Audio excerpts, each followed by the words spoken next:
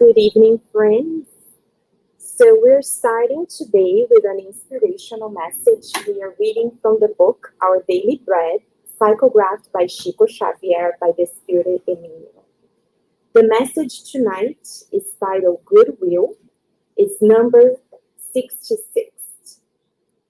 See to it that you live prudently. Paul. Goodwill finds work to be done. Work leads to renewal. Renewal finds the good expresses the spirit of service brings understanding brings humility, humility wins love leads to self-denial, self-denial reaches the light promotes self-betterment, self-betterment sanctifies the individual. The sanctified individual converts the world to God. Proceeding prudently through the simple goodwill, the individual reaches the divine kingdom of the light.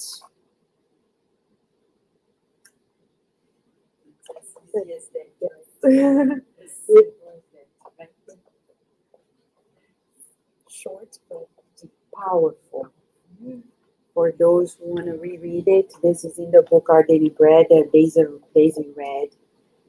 Chapter 66, and it's interesting because Emmanuel, as a wonderful educator, he brought 67 about ill will.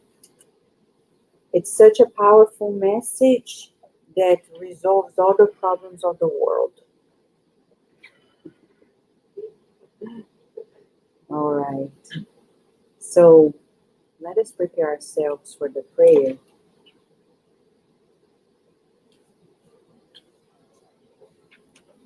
Feeling the connection with God, the spirit mentors of the Spiritist Society of Virginia, Cardiac Radio. Dear loving Father, Mother God, thank you for the wonderful concession in allowing us to be here today.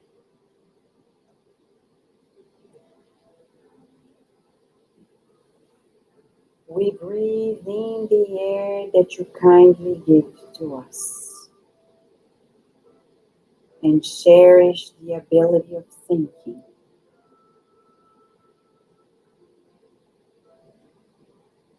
May tonight your messengers, our protecting spirits and the spirit doctors, therapists in the center, find in us open hearts, open minds, to rejoice in new illumination. May the instruction not only elucidate our minds, but open room in our hearts for new ways of feeling.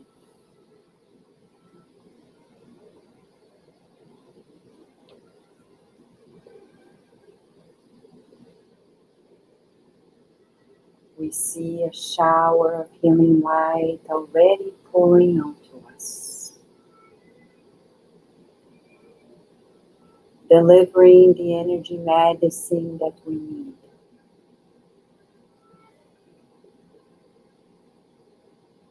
Calming minds and bodies to absorb the elements of your wisdom. May we stay under your inspiration. As you kindly grant us the permission to begin these wonderful therapeutic moments in our lives. And so be it.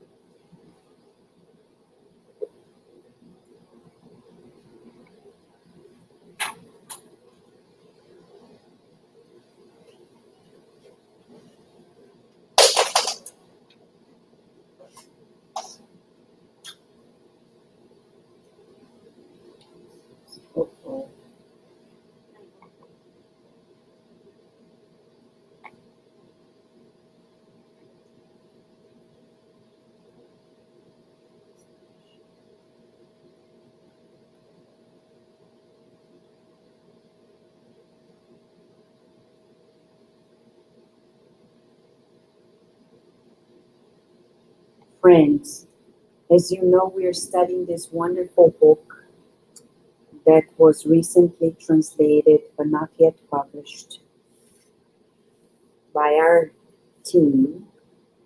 And as we're here sharing this with you, the book's title is Life and Sex. Life nowadays are so in this rush. Yesterday I was talking to a man and he said, "Oh, I can't take any yoga lesson because I keep thinking about my emails that I need to attend to." I said, "That's because you're young. If you're a little older and you have children, you'll run to your yoga class so you have some time for yourself. Peace of mind, no emails, please. No nothing." But this is the life that we're living nowadays. We're so distracted. A good student knows why they go to school, why they are in school, and what to do when they go home.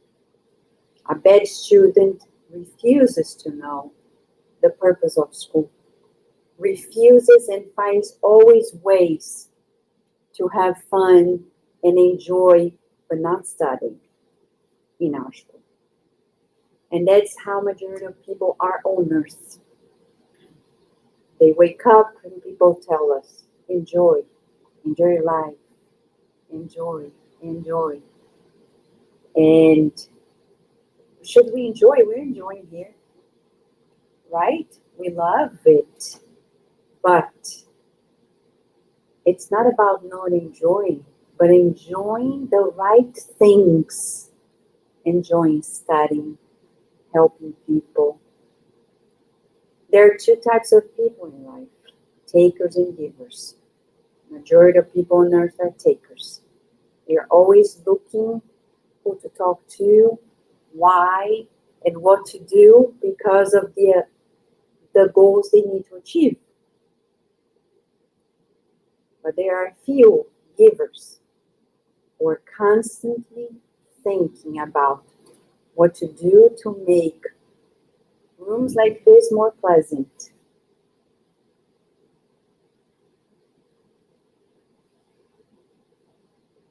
Space like ours more accommodating to the needs of our spiritual learning experiences for all age groups. We here in the center enter knowing we're being invited to become a giver, to become a person who serves. And it's not a church service, though we respect churches and it's hard work. But here, everybody is invited to join in. And it's not only when it's convenient, not only when we're retired, not only when we don't have kids around, not only when our work doesn't allows us. We find ways in between to make this happen. We cannot afford waiting for everybody to retire because then maybe we're not going to be here. And if we are, we may not have enough health to do this. So basically, this book is going to remind us that life is greater than pleasure. That's why the title comes, Life and Sex. Life is bigger than sex, though sex is part of life. God created sex. There is no shame in it. People don't want to say the word, right? They say the F word, but they don't say because they feel ashamed because of the use of it. But it's sacred. We have learned that sex is sacred. We talk about it because it's like we talk about it with children, yes, of course, at appropriate levels for each age group. We talk about it. And the first chapter, we're not going to recap once again, but the first chapter in the preface is the summary the definition. Sex is creative force. Then comes family. Without family, what's the purpose? But if you see the generation now, family is the last priority. We found a way to destroy the importance of family. No longer our generations are prepared to build a family. We don't raise our children to become caregivers. We raise them to become takers. And we'll pay the price for it. No wonder we have like more and more nursing homes because they don't want to take care of us either. So as the gospel according to Spiritism says, you create a selfish monster, it comes back at you. To you. Because we taught them to be selfish. And unfortunately, women are still being overloaded with tasks. Because we think that the right is for them to work, raise the kids, take care of everything, and that's how it is. And you can't do both well. Of course, we can work and raise kids, but not like at the same pace. It's impossible unless somebody else raises your kids, or you raise it just like that. They come to school, we're not at home, right? Who is raising them? Only God knows. Oh, but they are independent. That's the best word that I hear since Virginia was a baby. Independence. Babies need to be independent. They can't cry during the night. They can't call you up. They have to be independent. Like a teacher said to me one day when Virginia was 2, she needs to be resilient. That's true? No, they need parents. We need to be resilient. If we're resilient, they will learn it. So you see how things are reversed. Why we're saying this? Because we're talking about dating, where family begins. Because family doesn't happen like that. It begins with that flirting moment that we all enjoy. Flirting. And Emmanuel is a delight the way he describes it. In this chapter, he's going to tell us, chapter 3, he's going to talk about the enchantment. We wish he could stop here, right? Dating. It would be nice. Dating all life long. The integration of 2 individuals for sexual communion begins usually in the courtship period, which translates itself into a soft enchantment. Not always, though, because there's a lot of passion, which is not that soft. Right? But he's talking about that enchantment. So when people say, what happened after a while? You're no longer in love. Well, don't blame me. Because that's part of life. That's part of life. It changes. It's supposed to change. But he will explain why there's this enchantment. Because some people sometimes they go back and like, what have I done? I shouldn't have married. I was crazy. No, you were not. There are reasons, and Emmanuel explains. He's going to say, 2 beings discovering each other unexpectedly. Reasons and appeals for reciprocal surrender, and from there the attraction process develops. And he says, he names this sweet mystery. It's like, why? Why of all people that person? And we keep like going back and try to identify, maybe that's the reason. Maybe because I drank too much. Maybe because I didn't eat. Maybe because my father, my mom, my brother, my sister. Emmanuel says, That mystery has an explanation. It's called reincarnation and affinity. So it's not a mystery for us. So you don't look at a person and he's enchanted and then start dating and etc. just because there is a reason in the past and there is affinity somewhat. You're not crazy. We're not crazy. But where the connection comes from, we ask. And Emmanuel explains. He gives 4 scenarios. Number 1, he says, there is a reincarnatory plan outlined in the spiritual world. So you didn't meet that person, let's say in some of our cases. You were living in one state in Brazil and your husband in another state, and then you met in the US. Is it chance? Chance doesn't exist. It's a reincarnatory plan before we reincarnated. There's also what he calls encounters from previous lives. Could they be both? Yes, but he says sometimes we feel attracted. Not necessarily. We'll see later in the chapter about divorce that sometimes we get married in an impulse. Like we see cases in the book The Messengers by Andrea Luiz, or the book 50 Years Later. When Carlos gets married, he wasn't supposed to get married to that woman in the book 50 Years Later. Or The Messengers, the case of Octavio. He gets married to a woman he's not supposed to get married. It's not in his incarnatory plan, but it's somebody he knew from a previous life.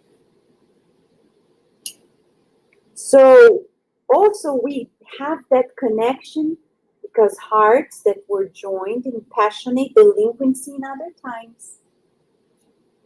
So then we start dating that crazy person. Everything's toxic nowadays, we say, right? Toxic relationship. So toxic. Because in the past, we were in that relationship doing crazy things. And now we get together and it's not healthy. So there is a reason why we get attracted to one another. We have common backgrounds, history together. Not necessarily it needs to end up in a marriage, but there's a reason why we connect. We feel that enchantment, that attraction, that connection. And then there is the 4th scenario, the best case scenario. Souls that are enchanted to one another because they are harmonized in magnetic complementation. It's the case of Emmanuel in his book 2000 Years Ago. He talks about his relationship with his wife, Livia. And we know through Chico Xavier that to date, they are really, like as he used to say, twin souls. They really felt like they were made for one another. In the book And Life Goes On by Andrea Luiz, you're going to see the case of Evelyn and Ernest. At the end of the book, they realize that they are these souls harmonized in magnetic complementation. They reincarnate. If their reincarnatory plan is to be married, it's going to be that harmonious marriage, which is an exception. On Earth, 95% of marriages, according to Humberto de Campos through Chico Xavier, are of expiation. No wonder the divorce rates are up to crazy levels. We'll talk about marriage and divorce later, but now it's about dating. Like it. But should we do what is happening nowadays? Date. Tinder. One night stand. Right? One night stand. how can we have a relationship be healthy if we met somebody there? Very likely it's going to be troublesome. Because what do you want if you get to that app? Each app, dating app, nowadays we are in the dating apps time, inevitably. You don't have to, but if people do, you have to say, oh well, there are apps and apps. And that is an app that tells what you want and what you want on marriage. You don't find marriage in Tinder. You may, you might, but it's far from it. So these are the reasons why we may be connected. And he says, now this is fascinating. Huh? I've never heard this in my life, what he's going to say next. No, everywhere in the world, nowhere we're going to find somebody saying this, that after that mutual connection, it's time for reasoning. And we're like, what? We just adore each other. We're fine, we're enchanted, we're in love. We should surrender to that. Should we? Uh-huh. We're humans. Animals shouldn't, because they can't reason. If a dog, female dog likes a male dog, go with the flow. Don't think, because that's nature. But us, I like the person, they like me, we connect, we feel that thing. Should we take the next step?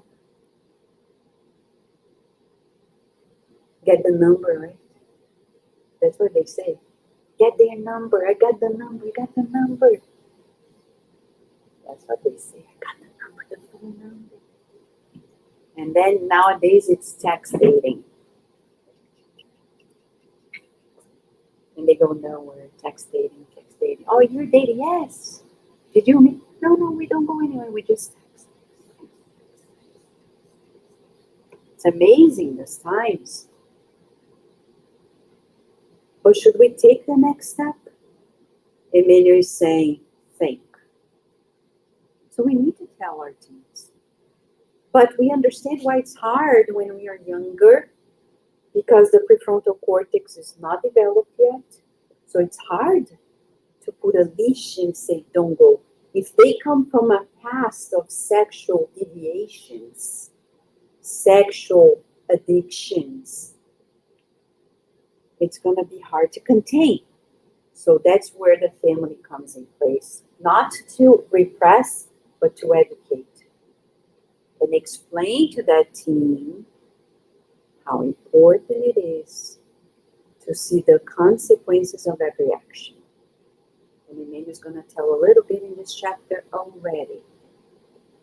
He says, the percentage of people at any physical age able to think in terms of self-analysis when the sexual instinct pours out more is minute. We love when he says at any physical age because we tend to blame the teens, the young ones. But he's saying, I remember in the northeast of Brazil, a 92-year-old man who used to pay women to come and give him pleasure at any given age. So the question is, where are we in that regard? Because we may say, no, but I don't cheat. I don't go anywhere. But as one person told me the other day, oh, I saw that client, so handsome. I didn't do anything, but I dreamed of him. Are you married? Yes. Is he married? Yes. It's a no-no territory, even to think we shouldn't go there. So porn, no. reasoning would say, porn is a way of engaging in sexual activity. Though mental, it's quite physical for the person who is watching it. It is physical, it's physiological, it's happening. And spiritism would say, it's really happening because there are spirits with you. So if I'm home thinking of kissing somebody, Kardec in the book Genesis would say, in the chapter that talks about, in one of the subtitles, photography of the thought, you're then kissing. He didn't give that example about kissing. He talked about killing someone. If you think of killing someone, you're actually creating that living image. You're halfway through. Then what do? Just observe yourself, self-analysis. The spirits are teaching all of us to see where we are. They are not saying, repress yourself. They're not telling us, punish yourself. They are saying, get to know of yourself.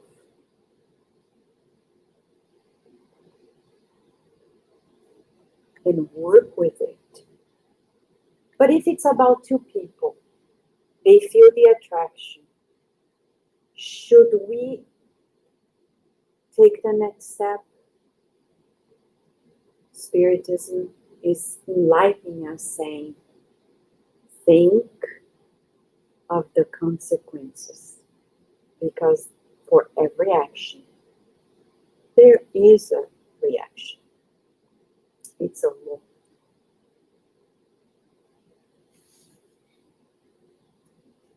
Sometimes people do not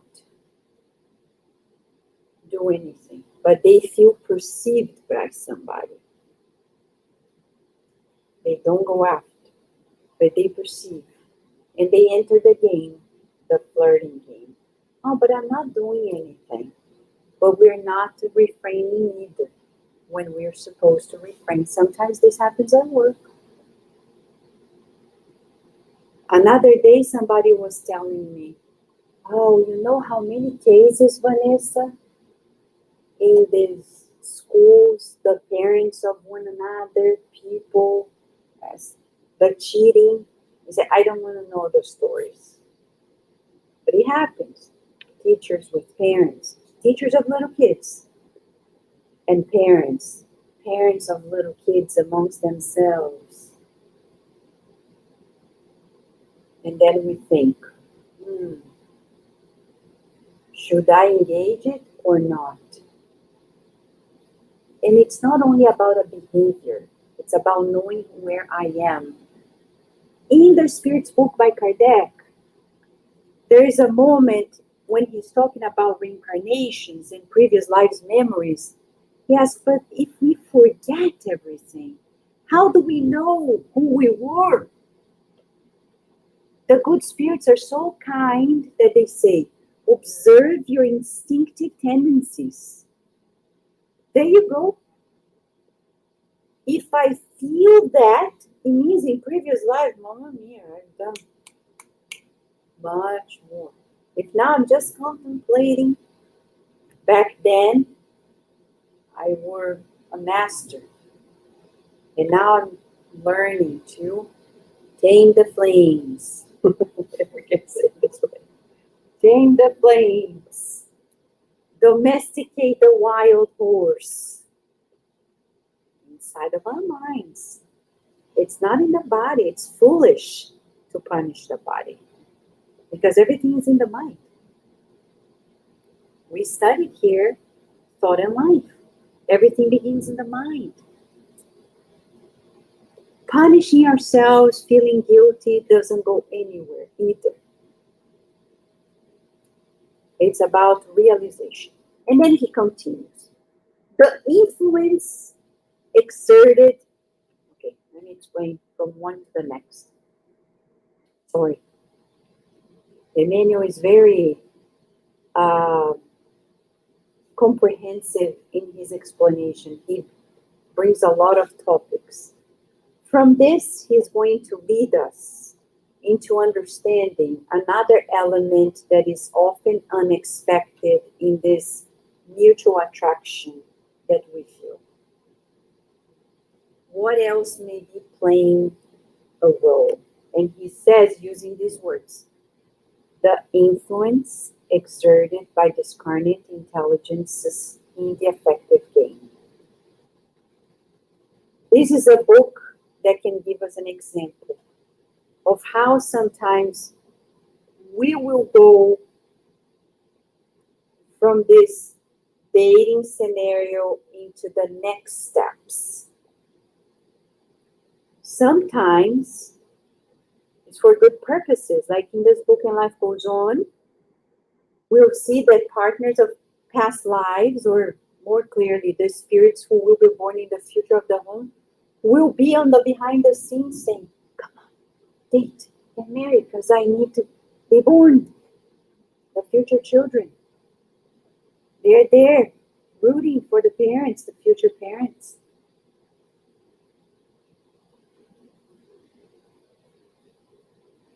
Like, in this case, we see the good spirits helping Vera to finally tie the knot with the man whom she had an affair when he was married to another woman. Then she died. The woman comes and helps him take it seriously. Come on. They're married to her, and they have a child who, in the past, the previous life of that baby was involved with the father in place. So I don't want to tell the whole story because we can read the book or reread the book, but there are many of Andrea Louis books that illustrate how the people in our lives, like in the book Sex and Destiny, Brother X is mentoring two families, and then he's going to reincarnate next. In the families, in one of the families in which he participated 150 years ago, showing to us that nothing is by chance. Nobody dates and goes further by chance. There are reasons, and there are two worlds participating.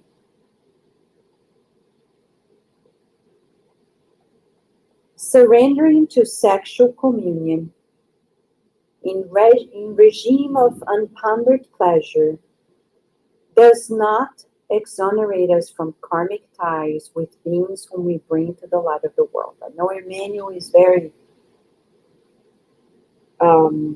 complete in his wordings, but he's saying, first, when we decide to take that step in the dating scenario and seal the sexual communion, if from that experience pregnancy happens, it's not by chance. I know our country is battling because of abortion. We spiritists are never going to hurt anybody's feelings, criticizing, but we need to be fully aware that abortion is a crime before God's laws. I know it's hard to say that. It feels judgmental, but it's a law. It's a law, and there are consequences. We have connections with the people who come reincarnate through us. But it was only one night. There are movies made in that fashion showing like one night stand and suddenly Oh, but we were just friends. And it's beautiful because there is a recent movie in Netflix. I forgot the name. I didn't even finish watching, but it talks about two friends.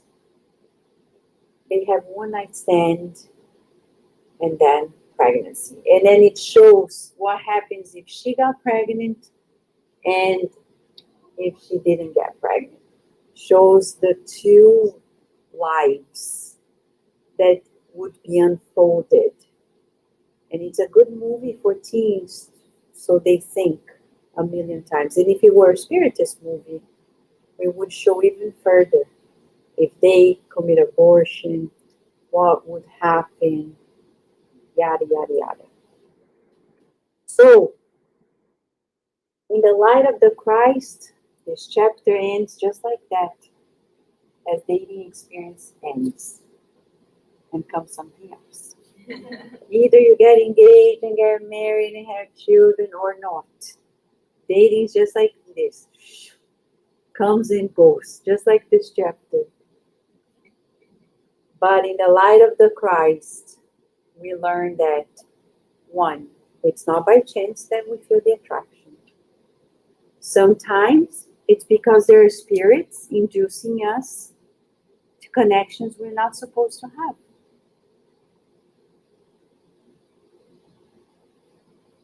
Because some of them want to avenge us and they want us to engage into relationships that will hurt us. So we need to be very attentive. Reason, mind over matter. That's why it's good for children to practice training with food, fun, discipline, because if we don't discipline ourselves when we're young, when these impulses come, it's going to be much harder.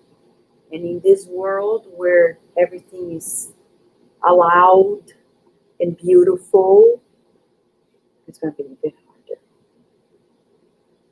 So we have a lot of work to share with them, that there are other intelligences in the spiritual realm participating. Sometimes because we're supposed to date, go on, go on, go on, get married. We would like to wrap up by saying that Leon Denis, in the book After Death,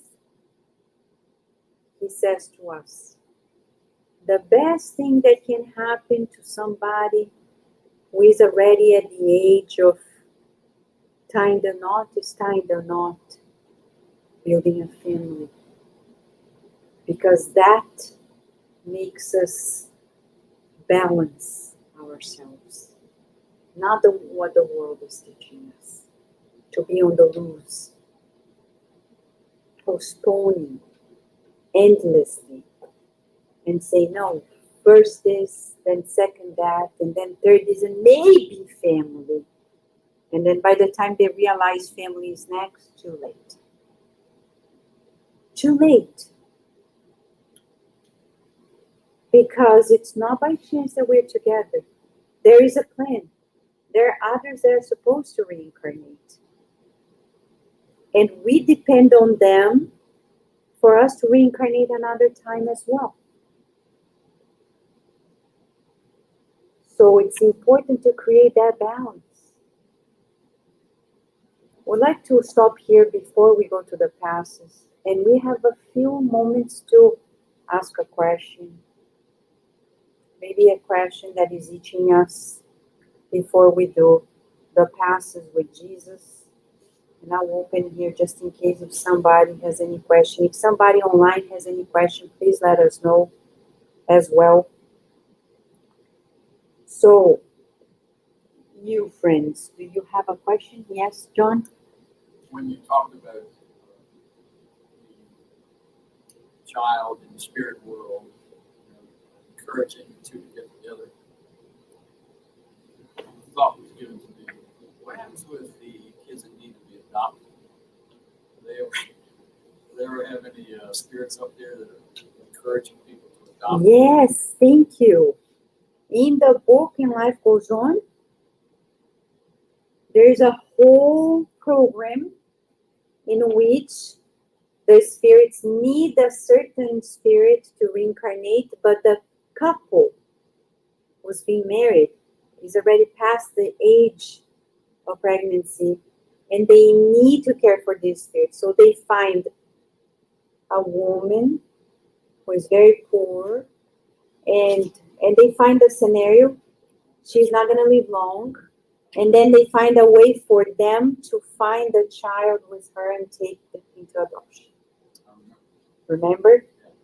So it's a beautiful question because it shows to us that there is no difference between an adopted child, a foster child, and a biological child. If we believe that there's a difference, we are materialistic. Because spiritually speaking, we belong to one another no matter if the blood is the same in our veins. And that's the beauty of it all. Thank you, John. What else? So is it clear? I'll ask a question. Is it clear for us that we may find that these attractions may happen, but for reasons that are not good? Yeah? Is it clear? Good. Because that's a real scenario. Not necessarily we're supposed to be together. We were in the past. We're just here as friends. Sometimes we meet in schools. In middle school, especially high school, college. Not necessarily you have to tie the knot there. You met? Yeah? Oh, but it's okay. It's okay. We can be friends or we don't need to see each other. Because not necessarily it's supposed to happen. That's another comment that I always like to ask people, especially couples that you know. You have this photographic memory of when you met your wife. Yeah. Invariably, most people have that in their mind. To me, that's an indication that when that attraction comes at that first time that you meet that person, there's a connection. A lot of people don't see it that way. Don't see it that way. Why else would you have that? There's a reason. I vividly remember my first wife. It's like it's still here today. When I saw her walk out of one of her college classes, and I saw her for the first time. Like the bell rang. Ding, Yes. ding, ding. It's like, that's another way to describe it. It looked magical. Yeah. It's like, oh, there you go. What can you do? Who is on the behind the scenes? Sing. Whoa. Focus. To the right. Keep your eye on the person because we're not alone. What else? Anybody who wants to say anything? Remember, Carol kindly shared here that the movie is Look Both Ways. Oh, thank you. Yeah, I have to finish watching it. And then it says, Carol is asking, are these what André Luiz names accidental marriages in the book Evolution in Two Worlds? Yeah, thank you, Carol. When it comes to marriage and divorce, we have to scratch our heads because Emmanuel is going to talk about it later. The chapters are short, but very intense, concentrated. He talks about accidental marriages when our free will shows that pathway, but we're not supposed to do it. But we have free will. Can we get married out of free will? Of course we do. Though there are marriages that are arranged, right? But, and by the way, it says nowadays that majority of marriages are not out of free will. It's more like arranged marriages. Yeah, that's what they say. Remember, we have 1 billion people in India, just in India alone. Then another billion in China, 2 billion out of 8. And then in Africa, you have 10,000, I don't know how many there. So majority of people, especially in the Eastern societies, they still play some traditions, though changing, but still in that fashion, which not necessarily is wrong, but accidental marriages may be also in that fashion. When a mother says, I want you to marry this and not the other, and then you're not supposed to, you're supposed to the other one.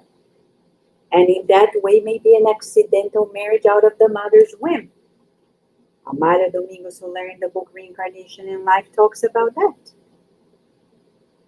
And it's already at Amazon, and we have 3 copies of the book here, 15 cases of previous lives. It's just in.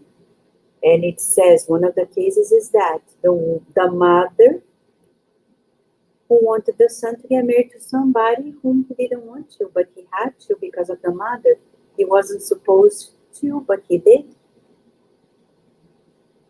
to satisfy her in the tradition.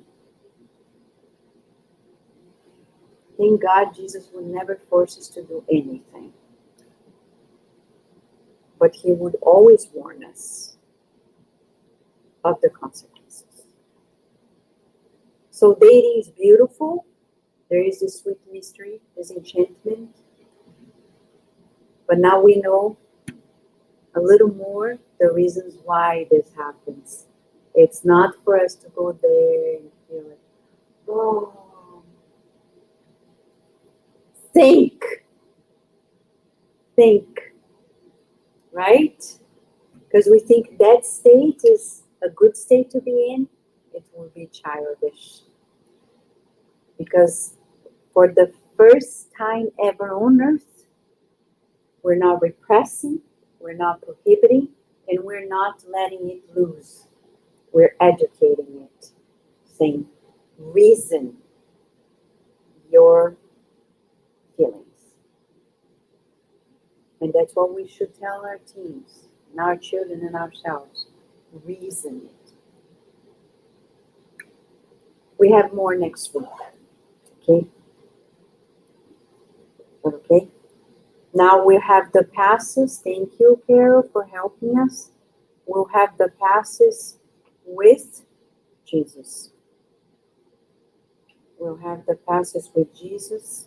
Carlos will kindly play the encounter with Jesus because the good spirit said that the spirit side of Virginia, and when we talk about this topic, only Jesus can help.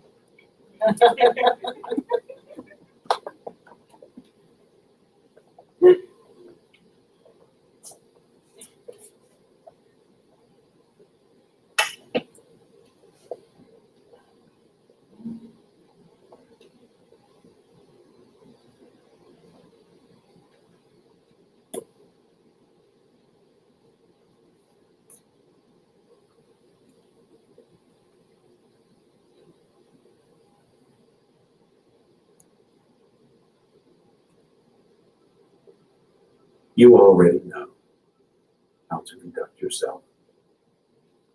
Let us begin this new visualization by taking up a good position. Breathe, always slowly. As you breathe, relax. Let go of all of your tensions. Allow your body to release you. Spirit.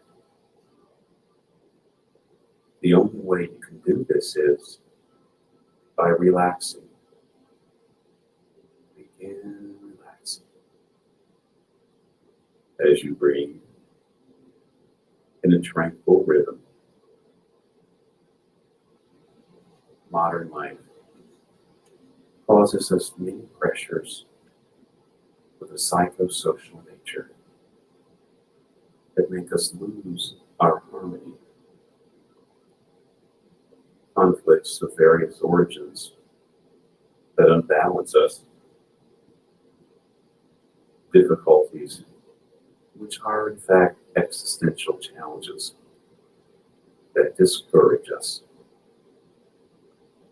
But now, you will be able to free yourself from all these afflictions by sending to your unconscious in a mental reprogramming everything that is necessary for a healthy and harmonious existence. Visualize a mountain. Visualize a mountain, or a mount, or a range of mountains, whatever is familiar to you. Visualize it. Now, transfer yourself there. It is nighttime. Nature is festive. And you are at the top of the mountain. Let your eyes drop and reach the horizon. And you can still notice the last rays of sunshine. Note the other mountains are already in darkness.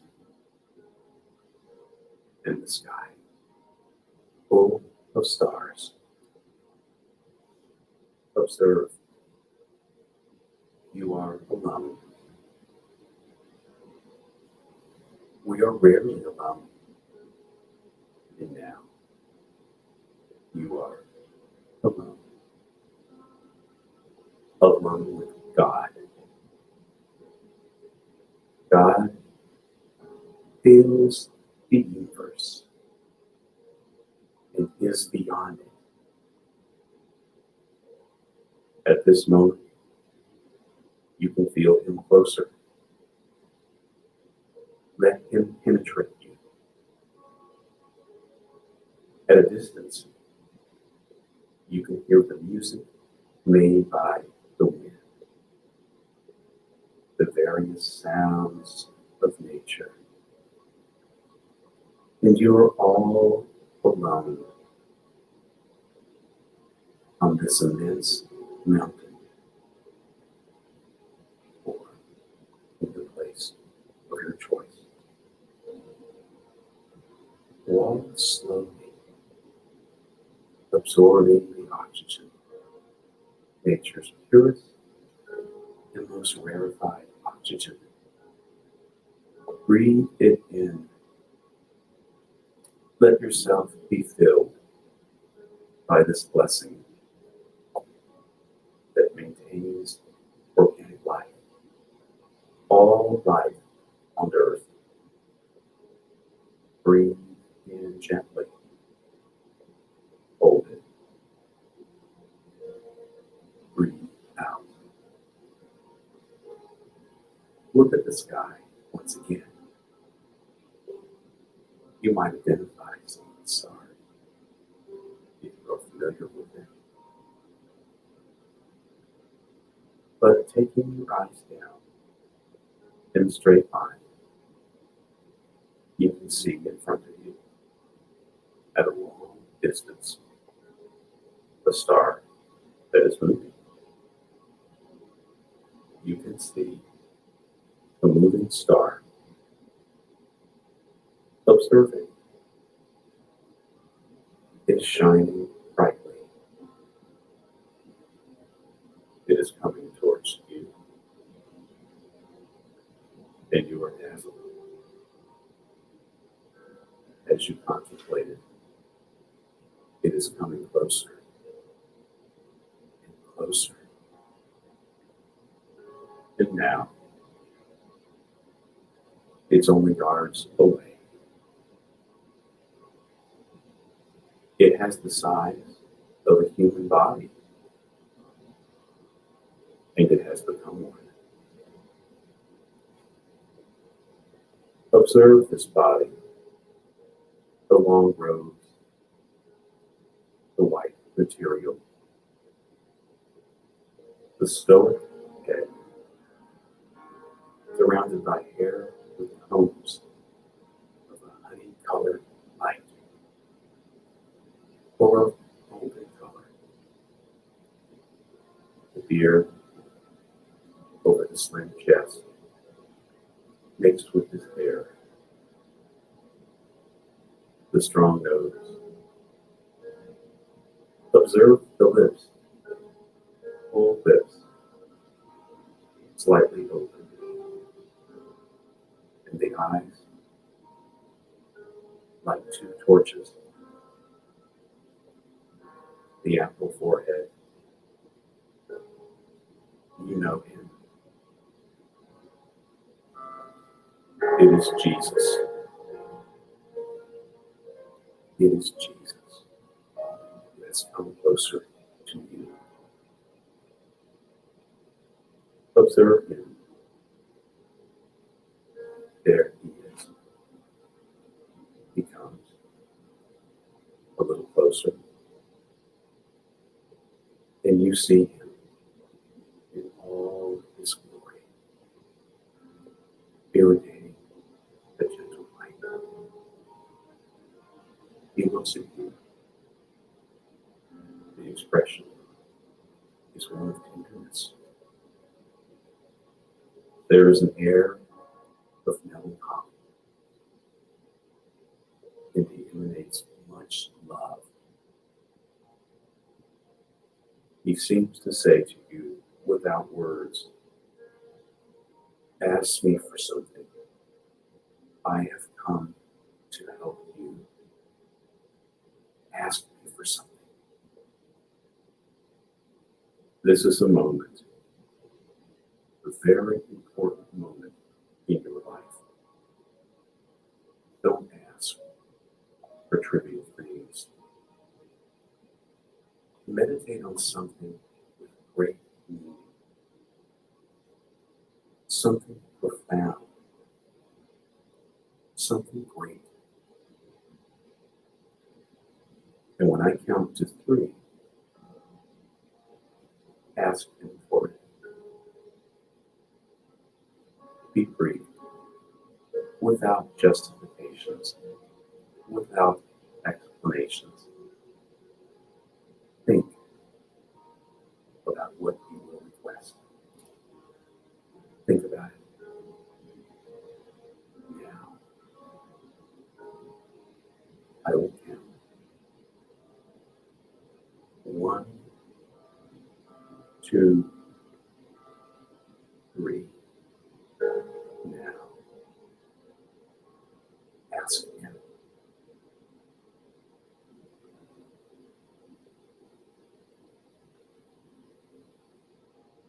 He has already registered your request, and he opens his arms, coming closer to you, to embrace you. Embrace him. Embrace him. He melts in your arms and comes into you, disappearing within you. Remember that he said, I am the life. And he is within you now, impregnating your immortal and triumphant spirit. Do not become melancholic anymore. Do not think about possible future disappointments. Do not allow yourself to hold unjustified, tormenting ideas. He is within you. So say this: I am life, and a triumphant life. Say again, And once again, say, I am happiness in life. Repeat it. I am fulfilled, and so I shall remain. Look at yourself. You are irradiating this light. Again, look at yourself. You are irradiating this light. Breathe it. Hold it. Breathe out. Say to yourself, nothing of a disturbing nature deserves my attention. When I return to the objective reality, I will conserve the presence of Jesus within me, and I shall be healthy, happy. Even when I'm faced with the struggles of evolution, in view of the challenges, I will remain healthy as I am now. Project this onto your conscious mind and reprogram your life. You deserve to be happy, and you are happy. Now,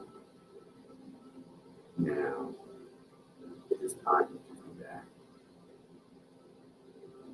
Come back to the place where your body is. Come back. Take in total. Feel its organic sensations.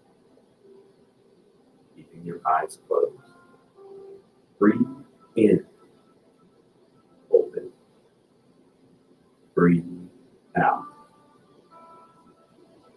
Listen to the music in the air. Hear it. Open your eyes. Feel the sensation of well-being that you retain. Gently move. If you want to, you can yawn. You can stretch. But whatever there might be, never lose touch with the sensation of well-being you have brought back from the mountain or from the mount, wherever you were. Hold on to this sensation and repeat the experience periodically, helping Jesus to answer your request. Through a positive attitude, an idealistic mind, a pacified heart, and thanks to the inner change for the better that you will make in this very existence, so that you can be happy.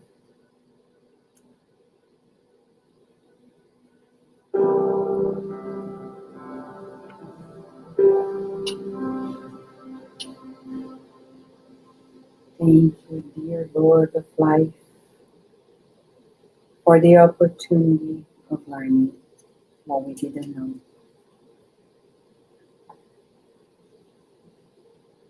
We kindly ask for your blessings to all the people around the world who are experiencing the opportunity of new relationships. May they feel the presence of their protecting spirits in your presence, guiding their way. But tonight, especially, we pray for all mothers of unexpected pregnancies. May they receive a special embrace, sustaining them in the important decision at this time in their lives. May they feel supported or find the support. May actually the support they need come their way as they are already supported by you. And through the trials of new beginnings, rediscover themselves.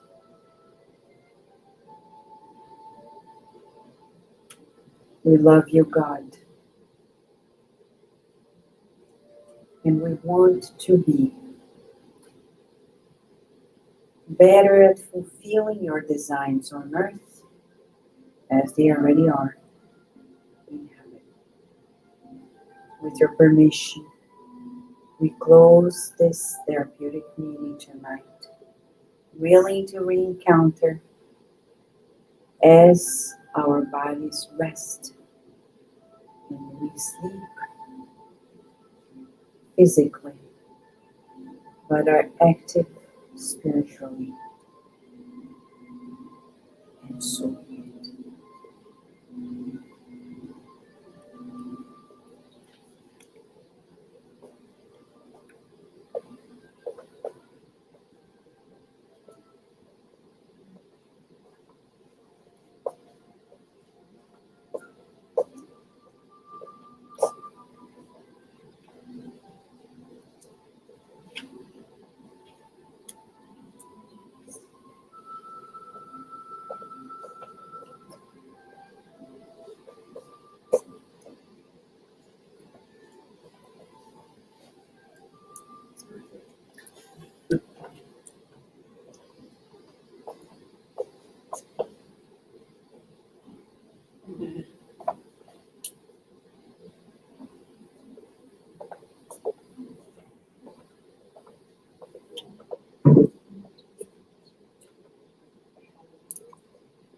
Thank you, guys.